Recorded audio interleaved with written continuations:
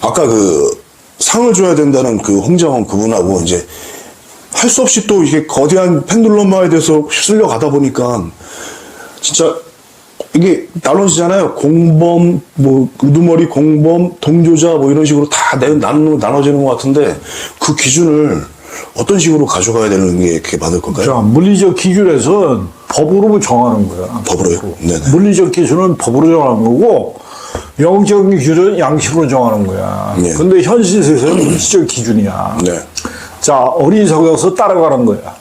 분명한 소신과 명확한 알미 없기 때문에 따라가는 거야. 이런 사람은 거기에는 대가를 치러야 되는 거야. 그 법의 적용은 어떻게? 기준이거든. 우리가 물질계에서 법은 어떻게? 기준선이야. 이 이상을 넘으면은, 자, 심판과 처벌이 따른다는 게 법이야. 헌법을 무시한다는 건 어떻게? 대한민국 자체에서 살 자격이 없는 거야. 자, 국민은 돼요. 납세 의무, 법을 지키는 의무, 여러 가지 의미가 있지만, 국방의 의무까지 3대 의미가 있지만요. 우리 대다수의 사람들은 법을 잘 지켜. 근데 어떻게, 법꾸라지라, 법을 잘 아는 법관들이라, 기득권 세력들이 법의 법망을 교묘하게 잘 피해가면서 법을 어지럽히는 거지. 대다수의 국민들은 양심을 잘 지키고 법을 잘 지키기 때문에 예. 지금처럼 내란의 잡범들, 내란에 동조한 사람은 법의 엄중함을 보여야지 교훈을 배운다고. 때문에 동조자, 내란 우두머리에 동조하거나 거기에 휩쓸리는 인간들은 이번에 확실한 선을 거야지만 물질계에서는 어떻게 이 선을 넘으면 안 된다는 교훈을 외우게 되는 거야. 자유주로 자기가 선택했으니까 바로 받아야겠네요. 그렇지.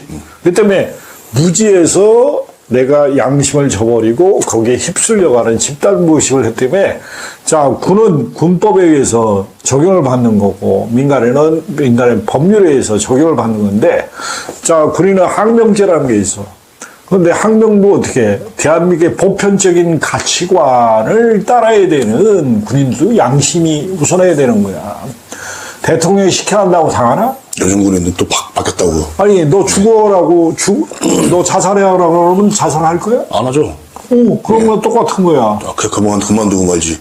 근데, 자, 합당한 이유 없이 내란을 범하는 걸 그걸 따른다는 것은 그건 판단 능력이 없다는 얘기야. 자기 내면에서도 여러 가지 욕심하고 욕망, 권력에 대한 집착 이런 게 짬뽕이 돼가지고 하지 말아야 될지 또 양심을 지켜야 될지 고민을 했다가 거의 자유의지로 부정한 선택을 한 거네요.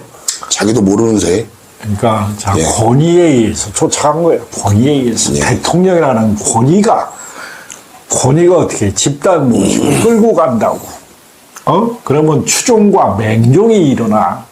그러니까 추종과 맹종은 명확한 알미 없이는 그냥 대부분 끌려가기 때문에 그런 항명죄라는 것의 기준선을 넘어서 인간은 어떻게 자기의 기준은 뭐냐? 내가 양심의 법을 따르는 사람인가? 아니면 어떻게 물리적 세계에서는 헌법이라는 기준이 대한민국의 어떻게 공동체의 가치야.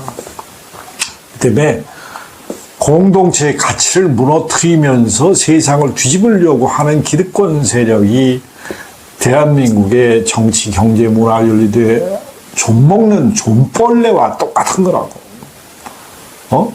그러니까 좀벌레는 어떻게 살충제를 불려서 잡아야 돼. 그게 형법이고 군사법이고 자, 내란 우두머리 어떻게 사형이 자, 물질계에서는 영적인 세계에서는 어떻게 사형이라는 게 큰 의미가 없지. 물질계에서 사형이라는 것은 명확한 선을 제시해 주는 거거든. 그 때문에 이 물질계에서 양심의 법을 따를 수 있는 가치관을 공동체로서 국민들이 교육을 잘 받고 왜 우리가 법을 지켜야 되며 법을 잘 지켜서 세상을 너와 내가 공동적으로 잘 살기 위해서 생존에 최적화된 시스템을 잘 만드는 게 목표거든. 그게 법이야. 근데 법을 무시하면서까지 이 헌정 질서를 파괴하는 인간들을 동조하는 언론 세력, 그리고 기득권 소수의 국민의힘의 국회의원들, 이런 사람은 어떻게 해? 오직 자기 똥이 너무 많이 나서 냄새가 나기 때문에 선풍기를 돌리는 거예요.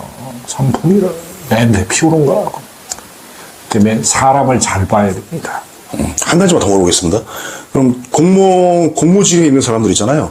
자기 자리를 지키기 위해서 여기도 편에도 안 쓰고 여기 편에도 안 쓰고 흐름을 따라서 자기 자리만 유지하는 사람 있잖아요. 이런 사람은 어떻게 보면은 지금 엄청난 사건이 있었잖아요. 자유민주주의와 법 시스템을 깨트리는 짓을 한 사람들을 자기 자리만 유지하기 위해서 아무런 짓도 행동도 안 한 사람들은 어떻게 봐야 될까요? 자, 그런 사람은 살기 위한 몸부림이지. 이쪽 편도 못 들고 저쪽 편도 못 들고. 그러면 처벌이 안 돼야 된다는 말씀인가요? 아니지. 처벌에 대한 두려움 때문에 생존 전략을 이랬다 저랬다 하는 것뿐이야. 근데 거기도 수사를 하거나 법에 근거를 해서 명확한 제시를 해서 나중에 꼭 심판이 들어가야지. 처벌이 들어가야 되지. 자기 일을 해야 될 그럼 일을 안 한 사람들은 국가공무원은 자기 일을 해야 돼. 그렇죠. 법에 공무직이니까. 근거한 일을 해야 하라고 우리한테 월급을 받는 사람들이야. 근데 자기 권한을 남용하거나 사적 공적인 권한 행사를 공적으로 사적으로 안 하면 어떻게 해? 거기에 대한 제약을 법과 원칙에서 처벌을 받도록 공무원법이 적용이 돼 있어. 근데 그것도 안 한다. 그러면 공무원법의 적용을 반드시 시켜야지. 그 제목이 다 있으니까 그걸로 그렇지. 처벌하면 되겠네요. 처벌을 해서 명확한 기준선이 딱 써가지고 상과 벌, 물질계에서는 상과 벌이 명확해야지 세상이 돌아가는 시스템이야. 이것도 안 하고 지금까지는 저것도 안 하니까 지금까지 이렇게 중간에서 아무것도 안 하는 사람들이 굉장히 많았던 거네요. 법이 취약성이라고. 법의 함정. 네. 법의 함정을 보완을 해서 조금 더 나은 법을 만들어서 인간들이 어떻게 법을 잘 지키는 사람보다 법을 모르는 사람이 많을 때 법은 훨씬 더 효과가 커. 근데 법을 잘 알면 알수록 어때? 법꾸라지가 생기는 거야. 그러니까 악용을 하니까. 자, 우리는 법을 잘 몰라. 왜? 몰라도 사는데 아무 지장 없어. 근데 법을 죄만 잘 알으면 교도소에 가 있는 악용을 사람이 제일 많아. 가해자가 피해자가 되고 피해자가 가해자가 되고. 그러니까 자, 법을 안 지키는 게 아니라 법이 없어도 잘 사는 사람들이 많아야지 좋은 세상인 거야. 그럼요. 법을 지킬 필요가 없는 세상.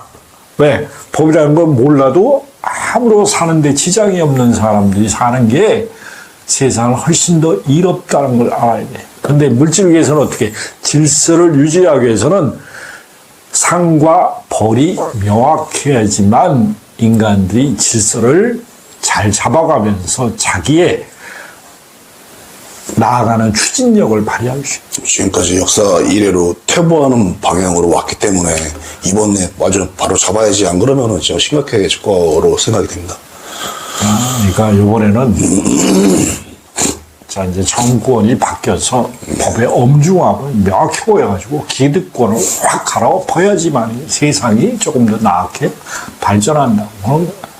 왜 기존의 시스템 갖고 우리가 얼마나 많은 부정부패와 얼마나 많은 기득권들이 세상에 부라는 것을 뺏어먹는 구조로서 기득권을 유지했다는 것을 다 알면서도 어떻게 그게 시스템이라고 착각하기 때문에 봐주는 그렇죠. 거예요. 미꾸라지가 이렇게 뜨거운 물에 넣으면 이렇게 자기가 삶아진다는 것도 모르면서 계속 이렇게 퇴보의 방향으로 온 거잖아요. 그게 이제 물 밑에서 이제 올라와가지고 이번에 여러 가지 사건들을 다 경험을 모기가 많은 물웅덩이에 미꾸라지를 넣고 모기알을 다 잡아먹어. 그래서 깨끗해져. 모기알이 뭐냐? 기득권층의 아주 썩은 사람들이 기득권을 사수하는 거야. 그럴 때는 어떻게 해? 미꾸라지를 넣어가지고 모기알을 싹 잡아먹어야 되는 거야. 그러면 물도 정화될 뿐더러 어떻게 해? 미꾸라지가 세상을 정화하는 거예요. 우리가 미꾸라지가 좋은 뜻으로 하면 어떻게 해? 정화 능력이야. 근데 나쁜 뜻으로 하면 어떻게 해? 흙탕물을 전부 어질러 푸게 된다. 볼피한 버꾸라지가 될 것이냐 아니면 뭐 이렇게 알을 잡아먹는 정화하는 미꾸라지가 될 것이냐. 예. 자, 법꾸라지를 다스릴 수 있는 방법은 어떻게 해? 법꾸라지한테 법을 명확히 적용해서 법의 엄중함을 보여야 되는 거예요. 그게 물질계에서 선악을 보는 방법이야. 선과 악은 공존하게 돼 있어. 한쪽으로 치우치면 세상은 이상하게 변하는 거야. 근데 이원성은 어떻게 해? 공존하면서 발전해야 되는 건데 공존하면서 퇴보할 때 어떻게 해? 역사적인 큰 과오를 범한다고. 위층성에. 그러면 독재자와 사이비 종교가 판치면서 세상을 접목해야 되는 거야. 그러면 그 이후에는 어떻게 해? 크나큰 전쟁이 일어나서 사람들을 죽음으로 몰게 되는 늘 역사가 더 증명하잖아요. 늘 그런 역사는 사건이 반복되지만 넘어가면은.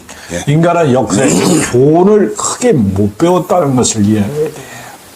그러면서 우주는 어떻게 해? 똑같은 일을 반복하면서 거기에서 뭔가 교훈을 얻을 때 진보하는 거지 똑같은 삶과 죽음에 대한 투작에서 못 배우잖아. 그러면 인간은 고통 속에서만 헤매게 돼 있어. 고통을 보는 눈을 배워야 되는 거야.